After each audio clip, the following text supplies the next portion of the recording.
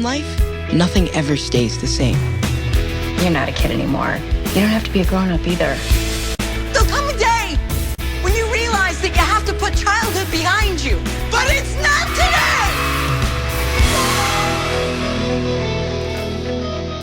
Hello everyone, this is Captain Sean, and today I'm here to talk about the #1 children's series that you probably haven't seen yet, Gortimer Gibbon's Life on Normal Street, one of the most underappreciated new children's shows airing on television today. Or I guess I should say streaming online. But anyway, in a day and age where to be recognized as a great TV show you have to be very complex or sophisticated, this new online series shows that simple stories done just the right way with good life lessons can be just as great. Now the series follows 3 children, Gortimer, Mel, and Ranger, who live on a place called Normal Street. The series focuses on the 3 middle school age characters going about their daily lives, but from time to time, strange things happen that cause the characters to re-examine their lives and the world around them. A great component that goes into making this series work is that not only are there plenty of life lessons and storylines that kids will enjoy, but their parents will probably find enjoyment with it as well. While the life lessons in the show are always simple, they're never preschool level annoying simple. In fact, in a world full of shows that can be very deep and complex, or be annoyingly oversimplistic, Gortimer Gibbon's Life on Normal Street can feel very soothing to watch. It's not too simple, it's not too complex, it's just right for all ages. Now the type of plots that can be found in this series can vary greatly.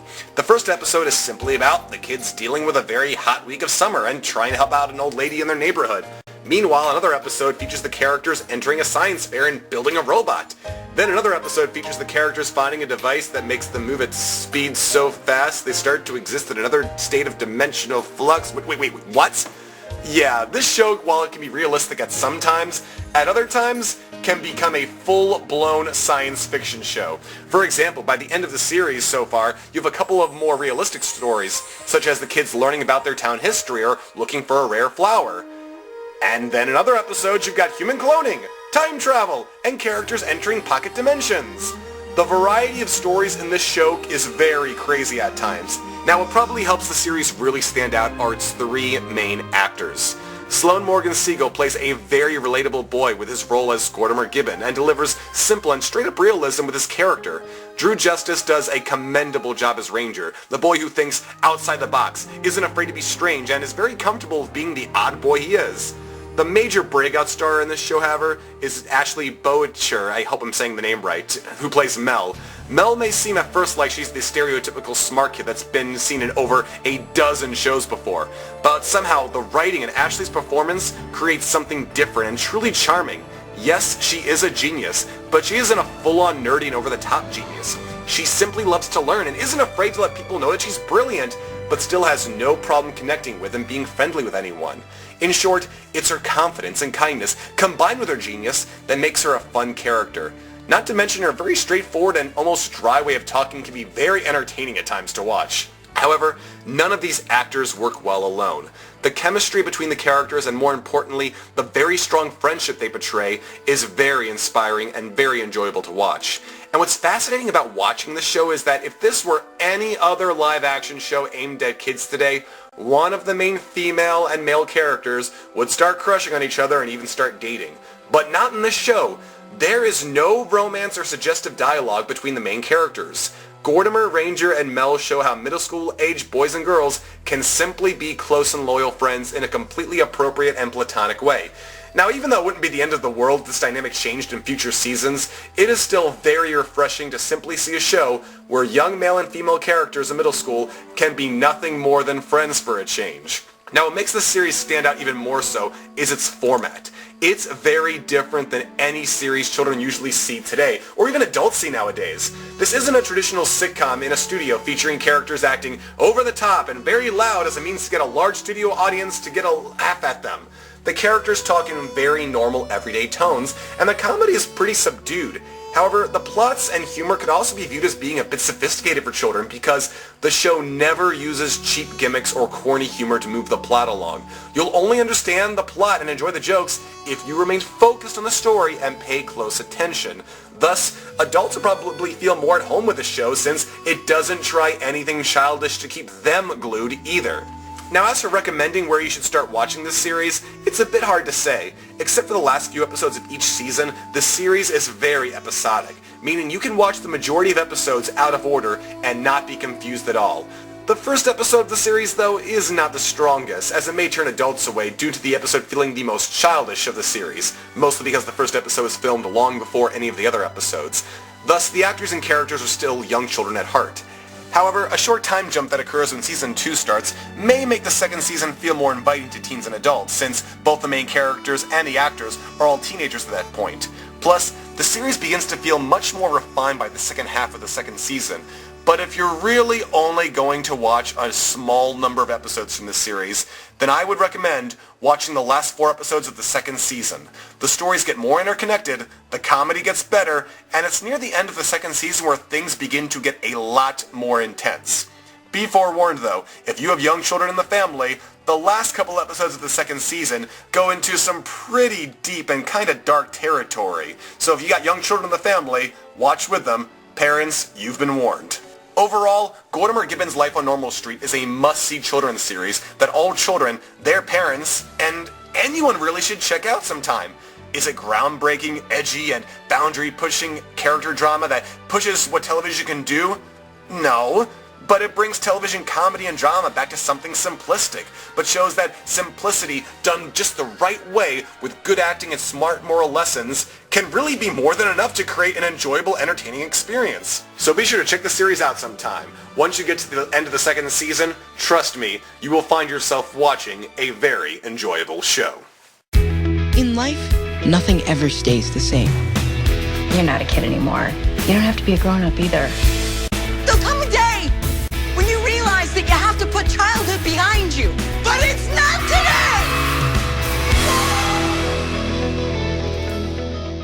Hey all, Captain Sean here, and today I'm going to try something new. A review for a specific episode of a television show.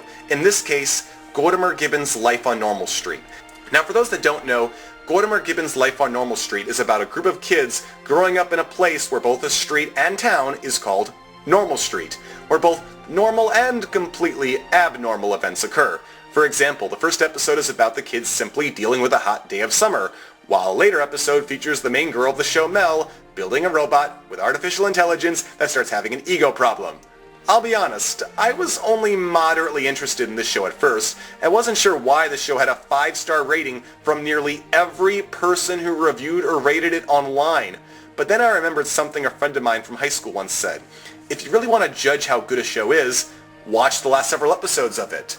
Now I don't think this is a good technique for all shows, but the thing is, Gortimer Gibbon's Life on Normal Street is one of those shows where nearly every episode is standalone. So I decided to jump into the last 4 episodes that were available on Amazon Prime at the time, which was episodes 10, 11, 12, and 13 of Season 2. And I'm glad I jumped on there, because episodes 10 through 13 begin the first story arc of the series in which all of the episodes are connected in some way, and events from one episode lead right into the next. Now, Season 2 Episode 10 features a pretty comedic plot in which the series' main lead, Gortimer, creates multiple clones of himself through tools that he bought through an ad he found in the back of a comic book. Yeah, this series is weird at times, and then the clones humiliate him in front of a good friend of his. Despite the science being really weird in this episode, this story has some of the best comedic timing in the series' history, and since the show was mostly standalone stories before this point, it's a great first episode of the show to watch, which leads right into the next, Episode 11, which is a more realistic tale in which the series' second main lead character, Ranger, wants to find a rare flower that may be somewhere in the town, and he gets Gortimer and Mel to help him. It's a pretty simple story, but it's actually very well written. Every scene of the episode has a purpose, and there are some deep themes that foreshadow and launch into the next episode. For example, there's one seemingly unimportant scene where Gortimer, Ranger, and Mel learn that a spot in the woods where they used to always play when they were younger has now been claimed by a new group of kids. However, upon deciding whether they should pluck the rare flower that they eventually found from the ground, Ranger realizes that it's not their right to take the rare flower from its roots, just as it wasn't their right to say that they had ownership over the area of the woods they used to play in. It's like life. You have the right to play in any public woods and look at any flowers, just as you have a right to live on the planet. But you don't own those woods or flowers, just like you don't own the planet. You simply have the right to be amongst and appreciate the woods, flowers, and the planets. Until your life ends. Then apparently an act of God causes the wind to cause the rare flower to fly into the air, reminding the characters how short life really can be sometimes. In the final scene of the episode, the kids go to the hospital to make sure Ranger's grandfather is okay since he has some health-related complications in the story. And it's important they do this, because again, the flower being plucked from the ground by wind earlier reminded them how life can be short at times, and anything living can die at any given moment when we least expect it. And Mel suddenly is reminded of that again at the end of the episode, when she finds out that there had been a car accident, and her mother has died. This now leads into our main review of Season 2, Episode 12, Mel vs. the Future. The episode starts out with a flashback to what we at the audience didn't know at the time was going to be the last scene that ever featured Mel's mother. It was at the time a seemingly unimportant scene, with Mel's mother acting goofy and Mel saying a kind of rude statement about her mother's goofy antics, as middle school-aged children sometimes do. However, this just makes this sitcom-like scene more tragic now. The first thing we see of the present is of Mel waking up in bed, possibly remembering this flashback, and just her silent performance lying in bed indicates that she has no desire to get up or even continue doing anything in a world that involves living without her mother. The first words from the series lead, Gortimer Gibbon, explains how people use the word unbelievable in a very nonchalant kind of way so often, using it to explain the difficulty of a test or the quality of a movie, but that you only really know what that word means when you experience the death of a loved one. However, despite the ability to speak these deep thoughts, Gortimer along with Ranger really are unsure of what to say to Mel right now. However, when they finally make it to her room, the boys discover Mel, for the first time in days, is moving around, and she's building a time machine. Now, if you're new to the show before this episode, Mel saying that she's attempting to create time travel might make her seem crazy. But like I said earlier, in a past episode, she created a robot with artificial intelligence. Plus, this is a world where you can buy the tools to create human clones from the ad at the back of a comic book. I don't think time travel is impossible in the context of this show.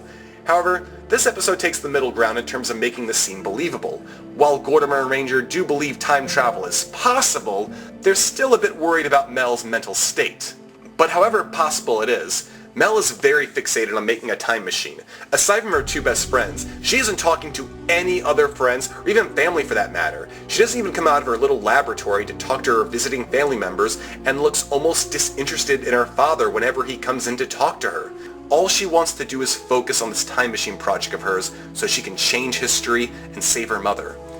However, she does start to slowly accept the scenario she's currently in, as she starts to help her father make a photo montage that will be shown at her mother's funeral.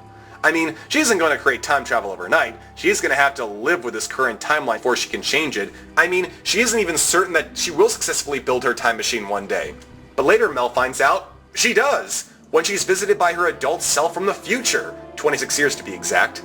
Now realizing she's seeing her future self makes Mel happy at first, since it means that one day she will successfully make her time machine. But a carefully watching audience member might realize right now, well, if Mel did create time travel, then why didn't she already use it to save her mother? Well, future Mel explains that time travel is possible, but you can't alter other people's destiny. Well, then why is she messing with hers?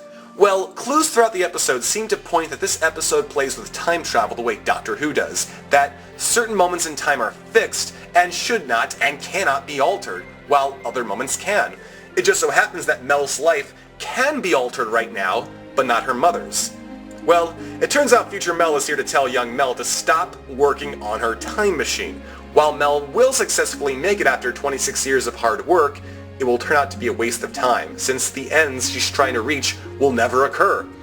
So future Mel wants to have all of that time not wasted by making her young self not waste that time. However, young Mel is pretty stubborn and won't even let her future self, who blatantly gives her spoilers on the future, stop her from trying to achieve her goals. So future Mel tries to go to Mel's best friends, Gortimer and Ranger, for help. However, getting Gortimer and Ranger involved proves to be, well, pointless, because Mel, who is working even harder on her time machine now, will not talk to even her best friends at this point. Even her father, the only person she's talking to now, she's also having difficulty communicating with.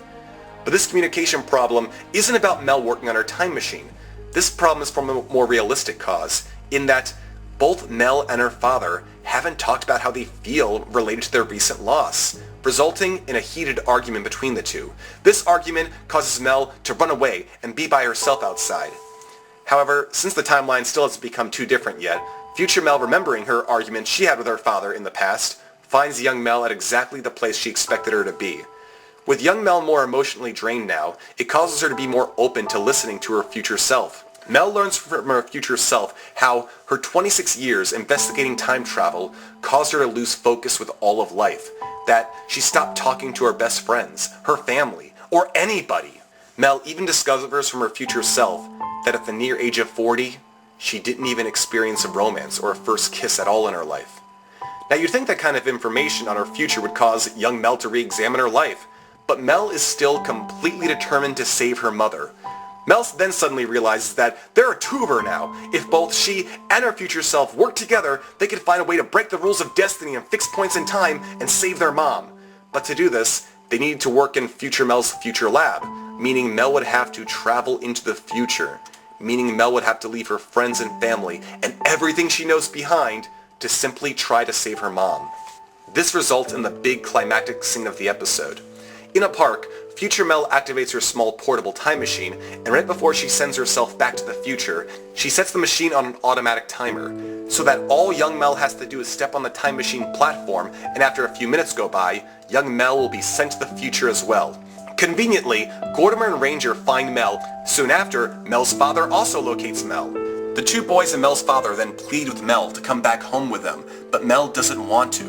Now, here's the bit where science fiction fans might have a long discussion about.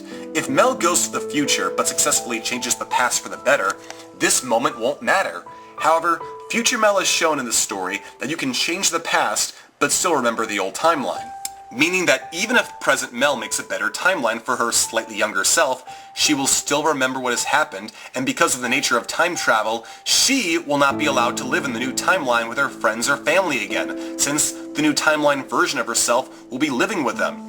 Or you could ponder about the parallel universe theory here, that every time Mel travels back in time, she creates an alternate universe. Universes where different events happened, but they are all still equally valid. That means that even if Mel creates a better universe thanks to her time travel, there will still exist her original universe where she is gone now, and her friends and family will have to live with the fact that to them, Mel too is now dead. Now despite all this being like a complicated sci-fi story, this one scene of Mel deciding whether or not to time travel into the future is actually a parallel for young people contemplating suicide. Seriously. Mel is deciding on whether or not she should leave this world in an attempt to make everything better. Whichever of the time travel theories recently stated are true or not, it doesn't matter. In both theories, Mel going to the future would separate herself from her family, friends, and the life she knows. And Mel doesn't want to continue in this life she knows. She just wants the life she currently knows to end. However, despite how strong her love for her mother was, Mel is reminded of her love for all of her friends and her father, that even with the love of her mother gone, she still has others that love her, and they want her to stay in their lives. And eventually Mel realizes she still needs them in her life too. So at the last second she jumps off the time machine platform and embraces her father, fully accepting now the death of her mother and the life she must now move forward in. Mel vs. the Future is a must-see half-hour of entertainment that all ages should see. It really blurs the line between entertainment aimed at children and entertainment aimed at adults. The episode is very well paced and really explores the nature of grieving over a loved one along with the themes of suicide without actually tackling the specifics of it. It presents an important life lesson about how to deal with grief and how to continue embracing life even after tragedy occurs. I was amazed that the show was able to fit so much amazing drama into just one episode, only to discover that this is the only episode of the series to run overtime. I'm guessing that in markets where the series runs on television and it isn't streamed online, parts of this episode are cut out, which is a real shame, by the way. The only scene I could imagine a television airing cutting out are some of the scenes with Gortimer and Ranger, and even then, they provide a good outsider's perspective on what is occurring in this story, and thus are the characters that will be more relatable for audience members who haven't yet experienced a loss like Mel's. The episode wound up being a milestone event in the series as well, as the events of the episode are not forgotten. In the very next episode, Gortimer, Ranger, and Mel, while camping and having a perfect night, wish upon a shooting star that their perfect night wouldn't end. And then they wind up being placed in a pocket dimension where their night really doesn't ever end, and they aren't able to move forward with their lives. The only way the characters get out of the pocket dimension, though, is by them accepting that they are ready to finally move forward with their lives. But Mel initially shows that she's not quite ready to move forward with her life, as again, she's still not completely on board with seeing what a life without her mother around really brings. However, she eventually realizes that she is ready. Overall, Season 2, Episodes 10 through 13 of Gortimer Gibbon's Life on Normal Street is a must-see 4-episode story arc, with Mel vs. the Future being the highlight of it all. I highly recommend watching these 4 episodes to anybody of any age, and then recommend you go back, or forward, and see the other great stories the series has to offer. But until then, this is Captain Sean, signing out. I've lived my whole life on Normal Street. There's a lake at one end, and a forest of shady trees at the other. But what lies in between is anything but normal. Hey everyone, Captain Sean here with a special episode-specific review for the first episode in the newest season of Gortimer Gibbon's Life on Normal Street, Gortimer and the Jack of All Trades. But before I do that, I just want to say thank you to everyone on the cast and crew of the show that let me know how much they liked my previous 2 video reviews that analyzed the show, from the series creators to even several of the actors in the show, including Bart Johnson, Ashley Boucher, and even Gortimer Gibbon himself, Sloan Morgan Siegel. Thanks for all the kind words, and more especially, thank you for making an amazing, all-age appealing show. And now for the review. The new season begins with Gortimer, who is in high school now, starting to ponder an important question that many high school-aged teens go through. What sets them apart from everyone else around them? So this causes Gortimer to look into pursuing a talent that sets him apart from all of his friends. But when Gortimer suddenly discovers a magic deck of cards that are all jacks, Gortimer finds that when he wishes to have a specific talent while holding one of the jack cards, he suddenly becomes a master of that talent, and appropriately enough, becomes a jack of all trades. Now, this deck of cards kinda comes out of nowhere, but if you've been watching every episode of the show from the beginning, you just kind of come to accept that weird things appear in this show's world out of nowhere often, and this plot device continues that tradition, so it's not so bad. Now, using this magic deck of cards, it results in some pretty lighthearted moments when you see Gortimer suddenly become a rock star, a master chef, a basketball star, and more. But the thing is, Gortimer realizes that he isn't enjoying these many talents he's acquired that much, except for one, fencing. So Gortimer uses his magic deck of cards to gain all of the specific skills he needs to become a perfect fencing master. Now the real message this episode is trying to deliver comes forward when Gortimer comes to a big fencing tournament and meets with a skilled player who has been working very hard at fencing for years and thus appreciates the game much more. And this causes Gortimer to realize that he really doesn't appreciate the talents he has as much as this other player because he hasn't worked as hard to get to where he is. Now, this episode does pull the seemingly corny message of how Gortimer's best talent is being a good friend. However, that's true. Gortimer never used any magical device or spell to be a good friend or get his friends to like him. His deep friendship with Mel and Ranger took time to grow and become what it is. He appreciates his friends because of all the time and experiences they've been through together. But Gortimer put practically no time into developing his fencing skills. He just made a wish and the talent appeared. And this episode really brings to the forefront an important theme that's been actually present in many episodes of this series from the beginning. That the things that are important to you can only have real value if you put time and effort into them. For example, in the Season 1 episode, Ranger and the Legend of Pendragon's Gavel, Ranger gains a magical gavel that automatically makes everyone think he's a good student council leader, even though he had never put any work into becoming a good leader. Thus, he eventually found no satisfaction in his position since he hadn't gone through the experience of actually learning how to do it well. In Gortimer vs. the Relentless Rainbow of Joy, the young friends make a device that makes everyone happy, but they eventually realize how artificial and hollow happiness can feel if you haven't gone through the series of actions and emotions that eventually lead to that sense of happiness. And in Gortimer and the Friendship Bracelet, Gortimer uses a magical item that makes him and his mom's new boyfriend instantly become close. But that seemingly strong friendship winds up being based on very small and even frivolous things because the two hadn't spent any time getting to know each other that well and building their relationship on something deeper. It's actually a very relevant theme to learn in this day and age. With all the advances in technology, there are many adults today who appreciate how far technology has come because even though they may not have made the advancements in technology themselves, they have seen how far creativity and innovation amongst human beings has taken us over the last several decades. But for a child that's born into a world where so much information, entertainment, and resources have always been readily available to them at the quick click of a button, it has less value. This is why the importance of memorizing facts and formulas in school for children and teens will always have its place in human culture. Because if you could ask your smartphone what the capital of every state in the US was, or what the answer to a complicated math problem was, those answers would be fun to hear, but you wouldn't appreciate them as much. But if you had to work hard to memorize those locations or how to solve those problems, those facts and formulas, well, you'd appreciate them and value them much more. Now there is a side story in Gortimer and the Jack of All Trades focusing on Mel and how she's been uncomfortable trying new slightly dangerous activities such as rock climbing now because things like that, she used to only do them with her mom, who is now gone. Now the beginning of this episode reveals that New Year's just happened, and the episode before this occurs at the end of summer, and the episode before that was revealed to have happened several months before. So it's safe to say it's probably been over half a year since Mel's mother died, and skipping that much time since the death of Mel's mom probably was the best way to go because showing an extensive amount of episodes during the first few months of Mel's mourning could have made younger viewers feel a bit depressed.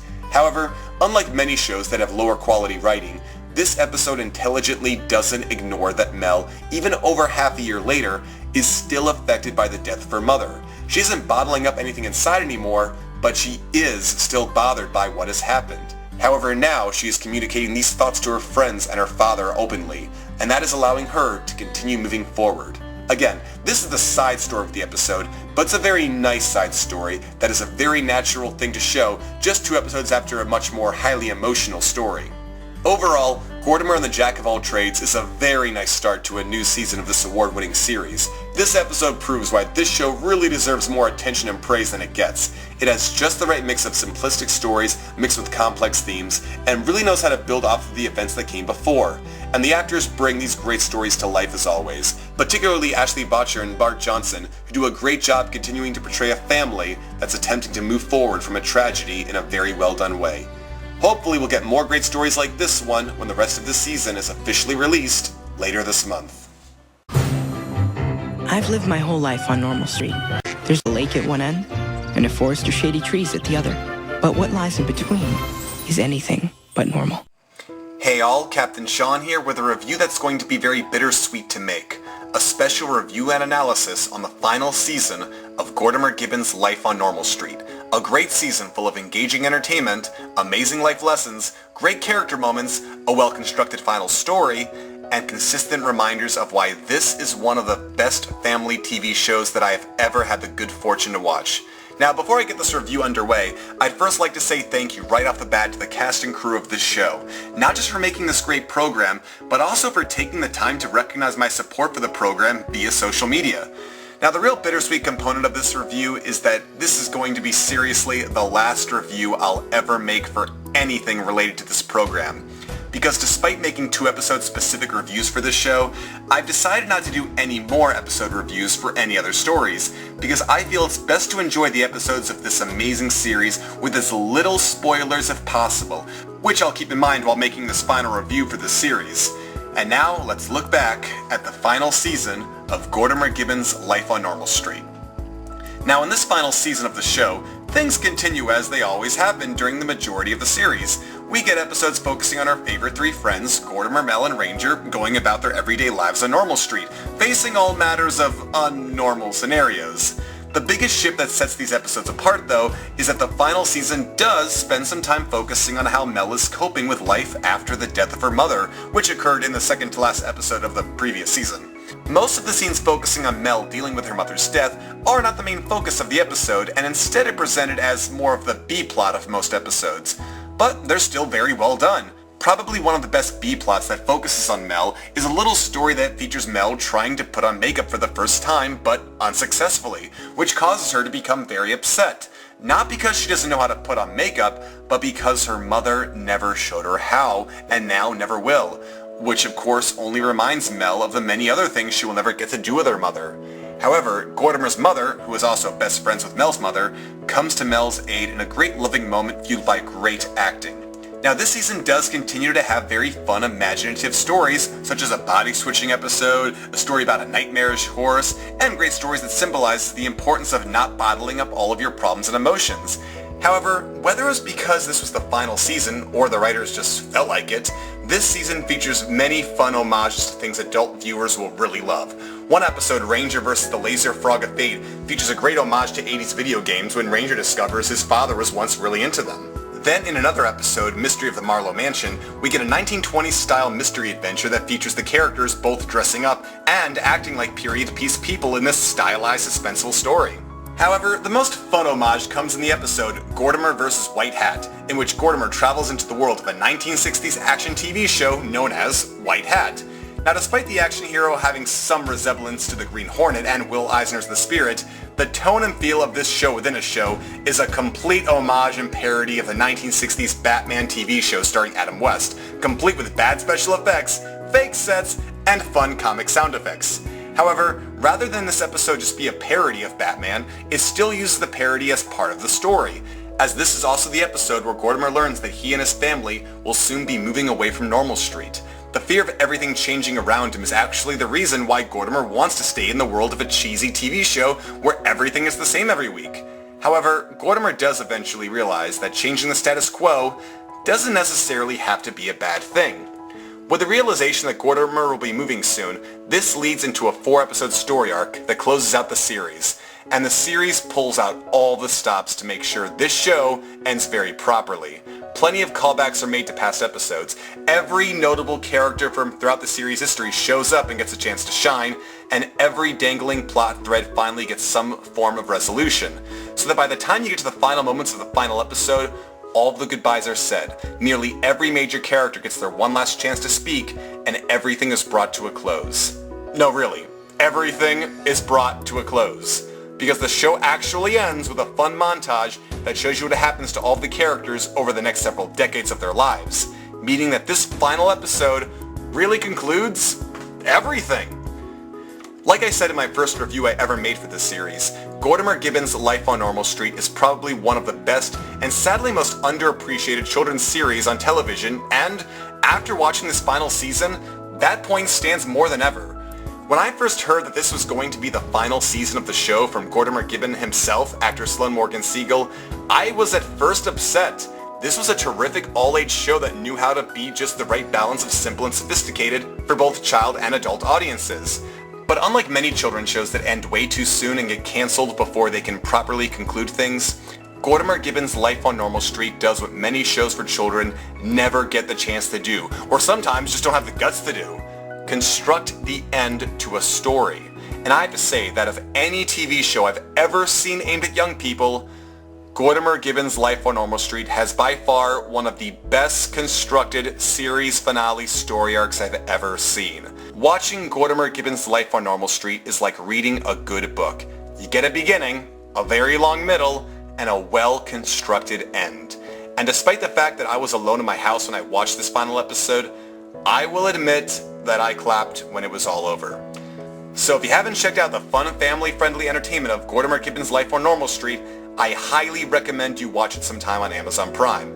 Now that the series is over, I can definitely say that it's an enjoyable ride from start to finish. You'll laugh, you'll cry, you'll get some goofy entertainment, you'll get some deep life lessons, and you'll get a great story that you can enjoy with the whole family.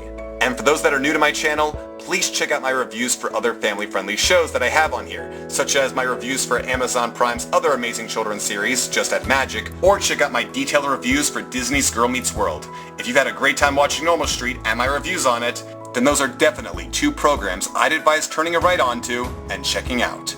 But until then, this is Captain Sean, signing out.